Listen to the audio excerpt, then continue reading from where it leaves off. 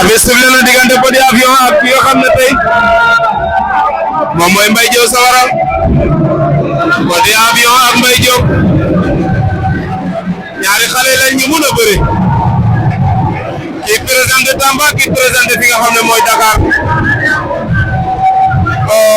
Dakar ak Tamba. Petit Avion Tamba la jógee Mbaye Diop jógee fi nga xam ne mooy Dakar Mbaye Diop mooy ndamali moo tax électro bi noonu si ginnaaw xale yaa ngi jàppante ci kaw nga bëri simple moom nga bëri affaire Petit Avion wéq na ko ñoom ñaar xam nga ne ay mbër lañ joo xam ne dañoo ñëw yàgg Petit Avion ak Mbaye Diop Petit Avion dew na jàpp ko Mbaye Diop génn na Mbaye Diop ak Petit Avion mooy njool bi noonu Petit Avion ak Mbaye Diop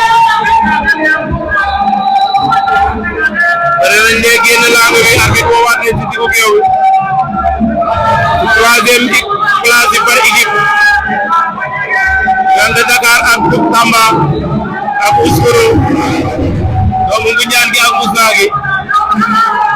Petit Avion jël na Mbaye Diop lan mooy xew Petit Avion jël na Mbaye Diop Petit Avion jël na Mbaye daan na ko Petit Avion daan na Mbaye xale bi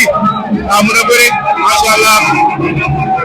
Petit Avion Tamba daan na Mbaye Diop Dakar Petit Avion daan na Mbaye Diop Petit Avion victoire rouge présentation Tamba xale bi nee na ñëw gaaw mooy Petit Avion Mbaye Diop a ngi noonu Mbaye Diop a ngi noonu xale baa ngay baaxu